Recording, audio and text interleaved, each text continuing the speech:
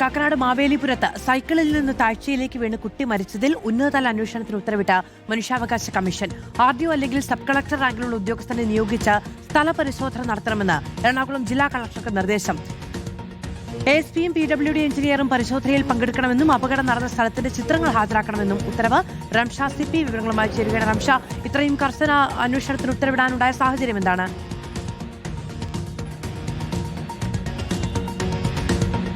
അതോ കാക്കനാട് മാവേലിപുരം പാർക്കിന് സമീപം സൈക്കിൾ ചവിട്ടുകയായിരുന്ന ബാലിക താഴ്ചയിലേക്ക് വീണ് കൊല്ലപ്പെട്ടതുമായി ബന്ധപ്പെട്ട് നിരവധി ആരോപണങ്ങൾ ഈ നഗരസഭയ്ക്കെതിരെ ഉയർന്നിരുന്നു. ഇവിടെ താഴ്ചയിലായിരുന്നു നേരത്തെ ഈ നിലത്തിന് സമാനമായിരുന്നു റോഡ് ഉണ്ടായിരുന്നത്. പിന്നീട് അത് മതിൽ കെട്ടിപ്പൊക്കിയാണ്